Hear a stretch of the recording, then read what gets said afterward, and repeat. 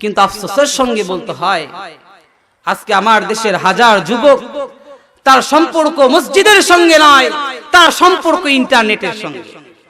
আজকে আফসোসের সঙ্গে বলতে হয় আমার দেশের শত শত যুবকের সম্পর্ক মসজিদের সঙ্গে নয়, আমার দেশের শত শত যুবকের সম্পর্ক বেহুদা আর বেশ্যা নারীদের সঙ্গে।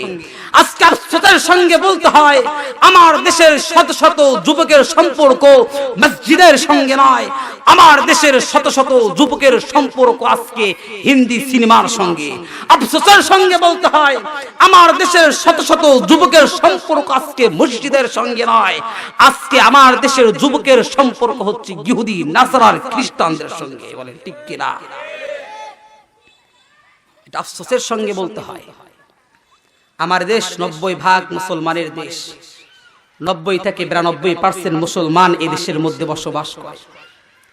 উচিত ছিল এদেশের প্রত্যেকটি কালচার মুসলমানদের অনুসরণের অনুকরণ হবে। উচিত ছিল এদেশের সূর্য উঠবে আল্লাহু আকবারের ধ্বনিতে, উচিত ছিল এদেশের সূর্য ডুববে আল্লাহু আকবারের ধ্বনিতে, উচিত ছিল এদেশের চন্দ্র উঠবে আল্লাহু আকবারের ধ্বনিতে, উচিত ছিল এদেশের চন্দ্র ডুববে আল্লাহু আকবারের ধ্বনিতে। আফসোসের সঙ্গে আজকে বলতে হয় ও মুসলমান, তোমার সূর্য ডুবে হিন্দি আর নষ্টমী গানের মাধ্যমে, তোমার সূর্য উদিত হয় বেশ্যা নারীদের চেহারা দেখে, তোমার সূর্য উদিত হয় দোকানপাটে অহেতুক সময় কাটিয়ে, তোমার সূর্য উদিত হয় বেশ্যা নারীদের সঙ্গে মিলেমিশার মাধ্যমে। বলেন ঠিক কিনা? মুআজ্জাজ মুহতারাম হাজিরিন, আমি কোরআনুল কারীম থেকে একটি আয়াত তেলাওয়াত করেছি। আল্লাহ রাব্বুল আলামিন বলেন যে ইয়া আইয়ুহাল্লাযীনা আমানু দুখুলু ফিস সিলমি কাফা ওয়া লা তাত্তাবিউ খুতুওয়াতিশ শাইতান ইন্নাহু লাকুম আদুউম মুবিন। আল্লাহ রাব্বুল আলামিন আয়াতের মধ্যে বলতেছে যে হে ঈমানদারগণ, তোমরা পরিপূর্ণভাবে ইসলামের মধ্যে প্রবেশ করো। ইয়া আইয়ুহাল্লাযীনা আমানু দুখুলু ফিস সিলমি কাফা, ঈমানদারদেরকে ডেকে বলতেছে ঈমানদার তুমি পরিপূর্ণভাবে ইসলামের মধ্যে প্রবেশ করো। কথাটা একটু রহস্যজনক, তাই না? আরে ভাই, আপনি আমি তো মুসলমান, আপনার আমার ভিতরে তো ঈমান রয়েছে। তারপরও আল্লাহ রাব্বুল আলামিন বলতেছে যে হে ঈমানদার, তোমরা পরিপূর্ণভাবে ইসলামের মধ্যে প্রবেশ করো। বুঝা গেল আল্লাহ রাব্বুল আলামিন এই আয়াত নাযিল করে বুঝাচ্ছেন যে মুসলমান, তোমার ভিতরে ঈমান আছে, তুমিও ইসলামের মধ্যে প্রবেশ করেছো, কিন্তু কিছুটা বাকিও রয়েছে। ঠিক কি না? মুআজ্জাজ মুহতারাম হাজিরিন, একটা প্রশ্ন আপনাদের করি। মনে করেন এই যে একটা গ্লাস, সকলে আমার দিকে একটু মনোযোগ দেন। এই যে একটা গ্লাস, এই গ্লাসের মধ্যে যদি আমরা পানি ঢালি, পানি যদি এই পর্যন্ত হয়ে যায়, এবার বলেন দেখি গ্লাসটা কি পরিপূর্ণ নাকি একটু খালি? খালি কতক্ষণ পর্যন্ত?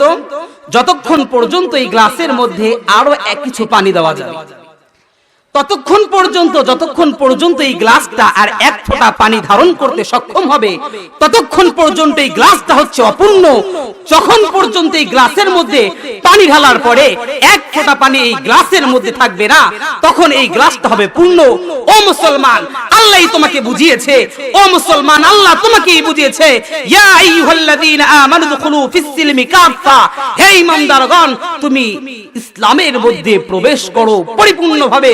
বুঝা গেল তুমি আমি ইসলাম গ্রহণ করেছি, তুমি আমি আমার বুকের মধ্যে ঈমানকে লালন করেছি, আমরা মুসলমান হয়েছি জন্মসূত্রে, কিন্তু বুঝা গেল আমাদের ঈমানের মধ্যেও কমতি আছে। বলেন ঠিক কি না?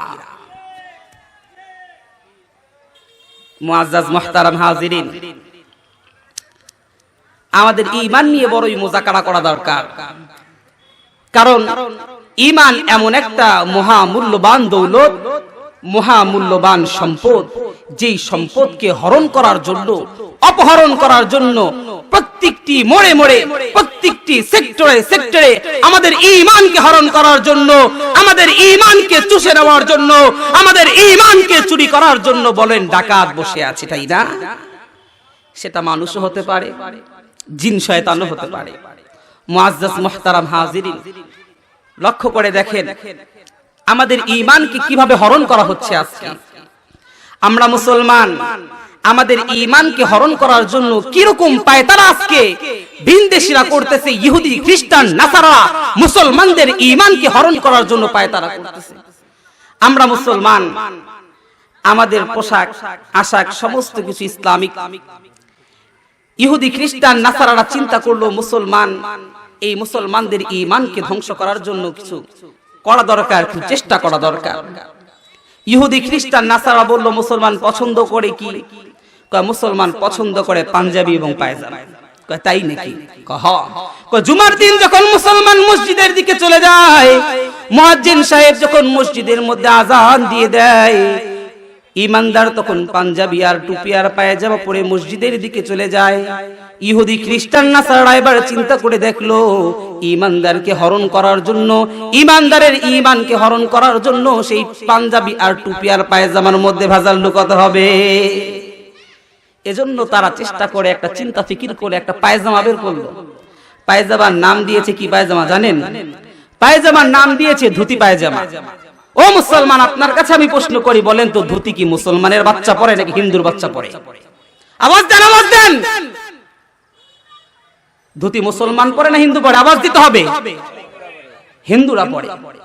মুসলমানের বাচ্চা ধুতি পরতে পারে না, কিন্তু ধুতির সঙ্গে যখন অ্যাডজাস্ট করে দিল পায়জামা, আহা, মুসলমানের শয়তান সন্তান এবার চিন্তা করলো, আরে এটা তো ধুতি না, এটা পায়জামা। আরে মুসলমান, তুমি চিন্তা করে দেখো নেই, মুসলমান তোমার ঈমানকে হরণ করার জন্য পায়জামার নামে ধুতি পায়জামা তোমাকে পরিয়ে তোমার ঈমানকে হরণ করেছে, তোমার ঈমানকে চুরি করেছে, জাহান্নামের পথে তোমাকে অগ্রসর করেছে। কথা বলেন, কথা বলেন। কথা বলতে হবে। আমি একাই চিল্লাই যাব, এত মজা হবে না, আপনাদেরকে দু চারটা কথা বলতে হবে। বিশ্বনবী সাল্লাল্লাহু আলাইহি ওয়াসাল্লাম হাদিস শরীফের মধ্যে বলেন, যে ব্যক্তি যে কওমের সাদৃশ্য গ্রহণ করবে, কিয়ামতের দিন সেই ব্যক্তি তার সঙ্গে হাসর নাসর হবে।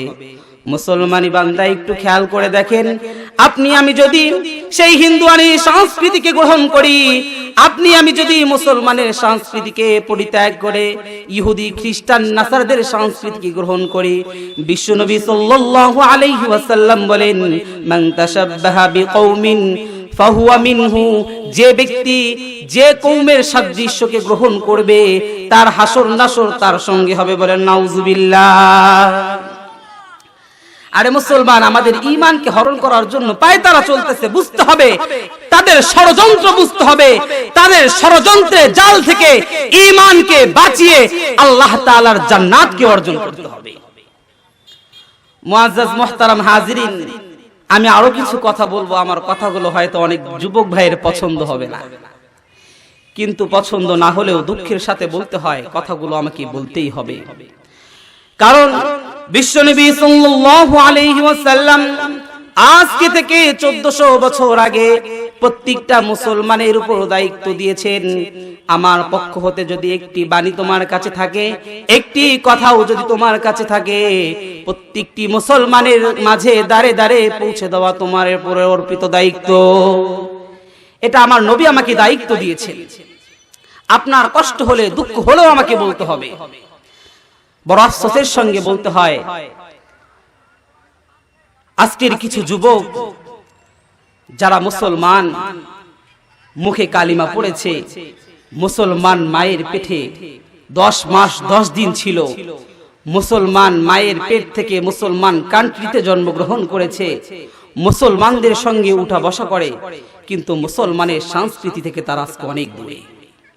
কিভাবে? প্রশ্ন করতে পারেন, হুজুর এমন কথা বললেন, আমরা মুসলমান, মায়ের পেটেও ছিলাম মুসলমানের, মুসলমান কান্ট্রিতেও বড় হয়েছি, মুসলমানদের সঙ্গে উঠা বসাও করি, আপনি আমাদেরকে বলতেছেন আমরা পরিপূর্ণ মুসলমান না, আমরা ইহুদি।